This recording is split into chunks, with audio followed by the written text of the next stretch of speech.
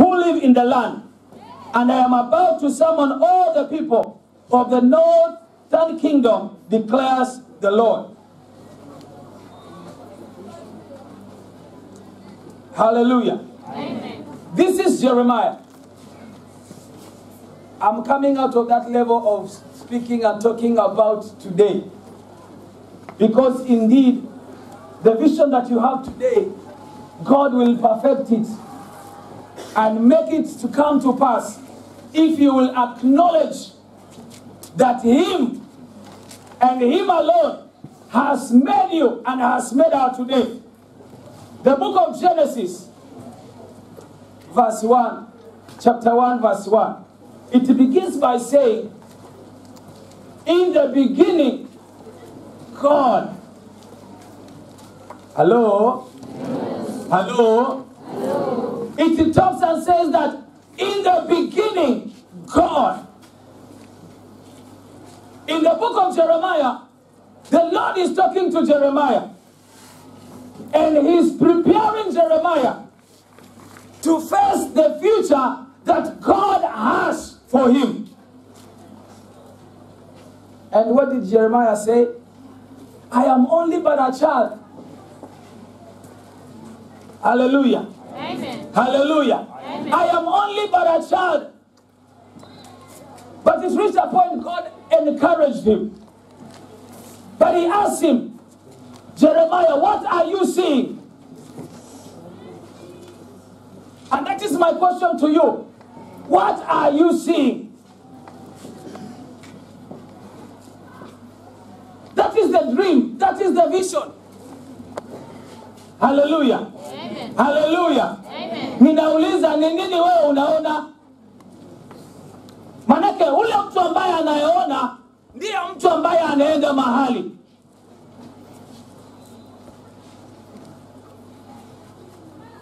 Yule mtu ambaye anaona ndiye mtu ambaye ako na misingi. God wanted to know and understand what that Jeremiah is seeing. If we could have told God, I'm not seeing anything, then God could have known, I have chosen the wrong person. Hallelujah. Amen. Hallelujah. Amen. God is moving with the people who are seeing. Hello? Hello? God is moving with people who are seeing. Na wale ambao wanataka kuona ni lazima. You have to put God first for you to see. Hallelujah. Amen. Hallelujah. As a young person, for you to see tomorrow well, you have to seek God. You have to help. You have to ask God and enable God to enable you see your tomorrow. Because you know what? Our tomorrow is in the hands of God. Oh, yes.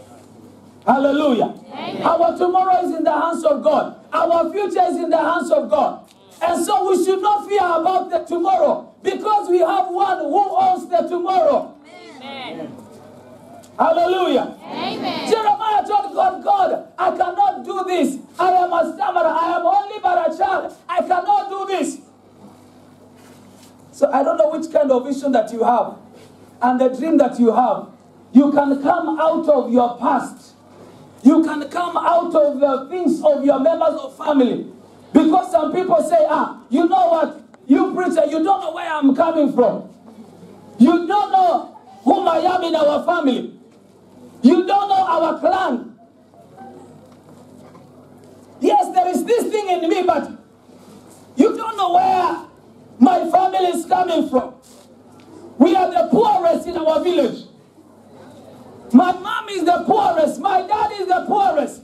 Even this school fees has been paid by somebody. Hallelujah. Amen. Hallelujah. Amen. God is concerned with your tomorrow. Hallelujah. Amen. God is concerned with your tomorrow, and so He will make His way out. He will make His way out for you to reach your destiny. So long as, hallelujah, so long as you are seeing, so long as you are seeing, even if you are not seeing, hapo tuna shida kubwa sana. not seeing that is the biggest trouble or the biggest problem that we could be having. And that is where many young people are. Many young people are not seeing. Like the way we have come here. By the way, do you know there are very many students who have come from other schools and they were supposed to be in this meeting, and because they are not seeing, they are outside there, seated, wakipiga story, wakifanya mambo mengine, because wale ni watu ambao hawaoni na hawajui makusudi ya kile ambacho wanafanya na kuishia. Hallelujah. Amen. The people who see, they isolate themselves. Yes. The people who see, who know where they are going, they don't go with multitudes. Hallelujah. Amen. The people who see, they don't stay in the crowds. They don't hide themselves in the crowds. Hallelujah. Amen. If you are a person who is seeing, you will make your way out. There is a woman who was seeing here. She had a trouble. She had a problem which had taken so many days. And there was multitudes around Jesus. But this woman said, if I may just but touch the hem of the garment, and my problem will be solved. Hallelujah. Yes. So she saw in Jesus her problem being solved. But there were crowds around her. Now these crowds could not deter her or hinder her from getting her miracle. Bwana asifiwe sana. Hallelujah. Akasongamana na ile umati wote. Akapush her way until she reached where Jesus was. Oh, yes. God is looking and seeking for people who will push. You will never attain your vision and your dream without pushing. This world that you are living in is an unfair world. You will need the grace of God. And God will be there to help you. Do not be afraid. This is the thing that God was talking to Jeremiah. And God encouraged Jeremiah. And this woman pushed. There was another man called Bartimaeus, the blind Bartimaeus. There were crowds around him. And he asked, what is happening? What is all about this commotion? And they told him, Jesus of Nazareth is passing. Because of the thing that was in him, he was blind, but he wanted to see. He had a vision of himself seeing like other people. Hallelujah. Amen. And so the blind Bartimaeus pushed while calling on Jesus. Jesus Christ of Nazareth. Jesus Christ of Nazareth. Have mercy on me. Have mercy on me. Have mercy on me. He pushed. The crowd tried to stop him. Don't make noise. Don't make noise. But Jesus Christ heard his voice. The people who have vision, they will always push. Oh, yes. Bwana asifiwe sana. Amen. Bwana asifiwe sana. Amen. It is not me who is saying this. It is God who has said, for those who will find me. For those who will find me. I'll only be found by those people who will seek me diligently. Oh, yes. Lakini saa hizi, we are having a church and a people ambao wanampapasa Mungu, ambao wanataka kuja wakiwa na another agenda in the church. You will not get God. Wewe unakuja kwa rally kama hiyo ukiwa na agenda, I want to meet Mark kwa ile, si tuliongeleshana kwamba kuna rally pale France Joseph. Please njoo, hata mimi nitakuwa huko. Oh, yes. Hello? Na group kama ile haswa hata hawako hapa, wako kule nje. Na hata kama wako hapa wamekaa pamoja. Kwa sababu alikubaliana tutakutana mahali pale. Na ndio hao unapata kwamba si kulikuwa Watu walikuwa wamesimama na wengine wamekaa chini. So unapata watu kama wale ndio wamekaa chini. Kwa sababu wao hawana agenda ya huu mkutano. Agenda yao ilikuwa wakuje wakutane kwa huu mkutano. And so they will sit down while others are standing. When we say, lift up your hands, let us worship the Lord. Watasikia ni uzito wao unatusumbua Bwana. Mambo gani unatuambia inua mikono juu ya nini sasa? Because deep down in their hearts, there is a different agenda. I don't know which kind of agenda brought you here. God desires us to seek Him in spirit and in truth. In spirit and in truth. Hallelujah. As I'm finishing, I want to take these points. If you have a pen, they were dropped in my spirit when I was preparing to come. And I felt they were really blessing me. If you are truly going somewhere, you are only taking this if you are going somewhere.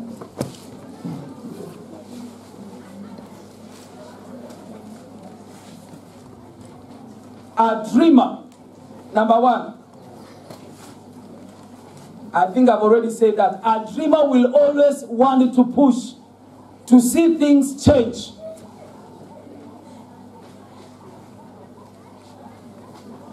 Number two, a dreamer will fight to achieve or see the achievement.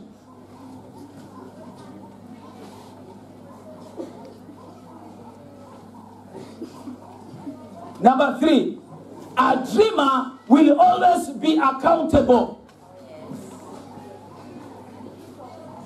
I did not copy in a book, but I copied from the Spirit of God. Hallelujah. I did not get it from the internet. You see, some people are getting sermons from the internet and they go and preach from the internet. I got it from the Spirit. And God is looking for accountability.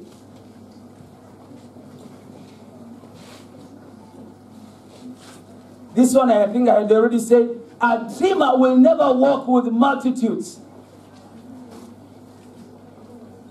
Or he will never hide in crowds.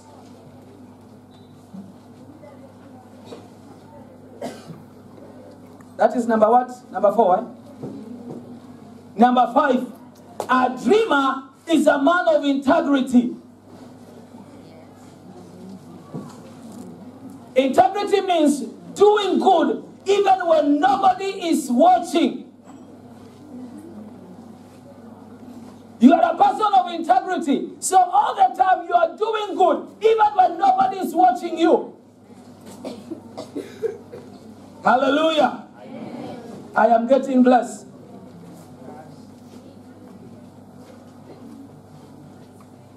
Number which one now? 6. Number 6. A dreamer will always pay the price for what he has seen. The dream and the vision that you have seen concerning your life, you will always want to pay the price. If there is anything that is standing on your way, you will fight it. For you to achieve that thing or to get to the destiny.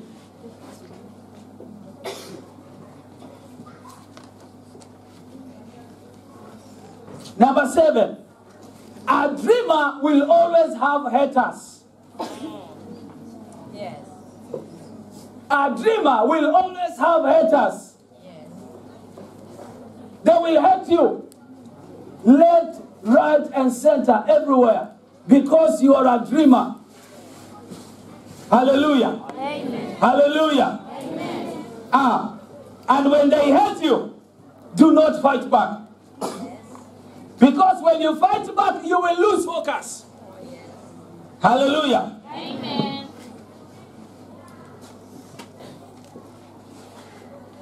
And when you decide to fight back, you will be going down to their level. Hello? Yes. Those who are working, please, let us be settled. We still have enough time. You had a lot of time dancing and playing and doing everything else. Let us give the word of God its time. Amen. You see, when you fight back your haters, you will be going down to their level. Yet you are up. Because a dreamer is always up and high. These haters will throw mud on you. Hello? When your haters throw mud on you, what do? Do you start brushing the mud from yourself? No. You shouldn't do that. When they throw mud on you, wacha ikae pale. Itakauka alafu itafanya namna gani? Itaanguka. Yani you're not concentrating on what they are saying and on what they are doing against you. Because you are not in their league. You are in another different league. Hallelujah. Amen. Hallelujah. Amen. Let them say everything that they will say. Watu wafanye kila kitu watakachofanya kinyume na wewe. Let them throw stones at you. A tree that has something, people will always throw stones at it. Kama kuna maembe kwa mti, watu watapiga ile mti mawe. Si ndio? Wakitaka ile maembe, wakitaka yale machungwa, wakitaka ule mpera. It is because you have something. And because they don't have, they will hurt you. Hallelujah. Amen. So you should be a tree that has something. John 15. Our Lord Jesus says that our Father is the gardener. And Jesus Christ is the vine. And he says, that is from verse 1, 15 from verse 1. He says that every branch that bears fruit, he will prune it. Every branch that bears fruit, he will prune it so that it may bear more. But every branch that doesn't bear fruit, he will do what? He will cut it and throw it in the fire. Hallelujah. Amen. So please be the branch that is bearing fruit. Amen. Amen. When we come to Mivumoni, we find there is a tree bearing fruit. Amen. Amen. Hallelujah. Amen. Hallelujah. Amen. When we go to Sheba, we find there is a tree which is bearing fruit. Amen. Hatupati watu ambao wako na mizaha.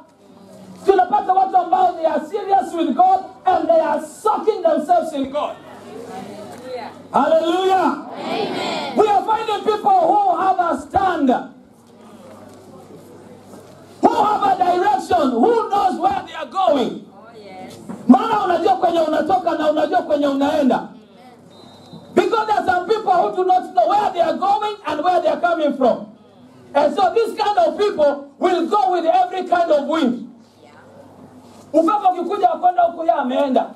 Ingine yakuja huko ikienda ya ameenda. Ya kwenda nyuma ameenda nayo. Sasa wewe huna mbele wala nyuma. Hello?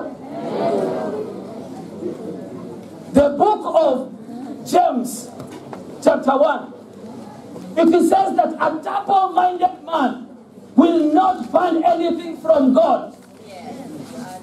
A double-minded man is unstable in his own way, in all his ways. He's unstable. Oh, yes. You are unstable in all your ways because you are a double-minded person. Kijana huyu akitokea na kutongoza, wewe umeanguka na yeye. Mwingine akitokea pale mtaani, wewe umeanguka na yeye. Simu yako ikiangaliwa una majina tofauti tofauti. Na haya majina ni ya vijana lakini umewapatia majina ya wasichana.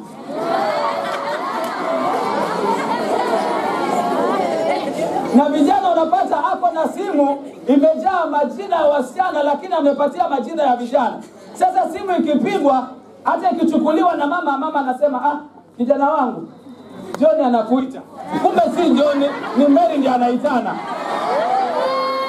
Manake anajua mama akiona ni Mary anaitana atauliza, na hii simu mbona Mary anaitana? Mary ni nani? Maswali ataanza kuulizwa. Wengine wameweka simu ina jina ikiita inasema battery low. Sasa amemsave battery low.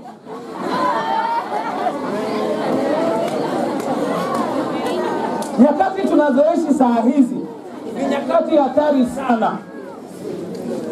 Ujanja umeongezeka mwingi sana. Haleluya. Ujanja umekuwa mpaka ndani ya CU. Ujanja uko mpaka ndani ya makanisa. Ujanja umeenda mpaka ndani ya wachungaji ambao hawamtaki Mungu. Umeingia mpaka kwa wachungaji ambao hawataki kumtafuta Mungu katika roho na kweli. Ujanja umeenda kila mahali, shetani ameingia kila mahali. Ndiposa Yesu akasema kwamba nyakati za mwisho kutatokea manabii wa uongo wengi sana. Watafanya miujiza kwa jina langu. Lakini akasema ole wenu, mtawajua hao. Kwa nini? Kwa matendo yao. Utawajua kwa matendo yao. Kwa hivyo hata akikuja hapa afanye vituko vyote vya kila aina, alafu hata inua mkono hivi aseme receive na nyinyi wote mwanguke pu. Wako wanafanya hivyo. Niulize mimi nitakwambia. Kuna wachungaji ambao unasikia tunaambiwa na mchungaji wetu mkuu kwamba kuna mchungaji ambaye tena anapatiwa zile nguvu na mtu kutoka msikitini, mtu ambaye ni Muislamu, na anaenda anampatia nguvu zile kule, anamwambia wewe unataka kanisa yako ijae, unataka ukiinua mkono hivi watu wanaanguka, njoo nitakuonyesha. Haya, nimeenda kununua juzi nyama kwa bucha ya ndugu wetu hawa wa kambo Waislamu, na rafiki yangu akaniambia hii nyama unapeleka, ndio anajua kanisani kwetu. Akaniambia hii nyama ndio unaipeleka, lakini unajua saa hizi tumefunga, lakini tukimaliza kufunga nitakuja nikwambie kitu ambacho sijui ni nini inaendelea. Akaniambia kwamba akandokezea tu, lakini akaniambia hiyo nyingine tutaongea baadaye. Eti kwamba unajua kuna mtu ameshikana na Muislamu na Mkristo kufungua kanisa. Watu wawili wameshikana, Muislamu na Mkristo. Sasa akasema sasa surely hii ni nini? Mimi nakujua wewe na kanisa yenu naijua, lakini sasa hiyo nyingine tutaongea baadaye. Mimi nikatoka hapo ndani yangu nikaenda nikilia.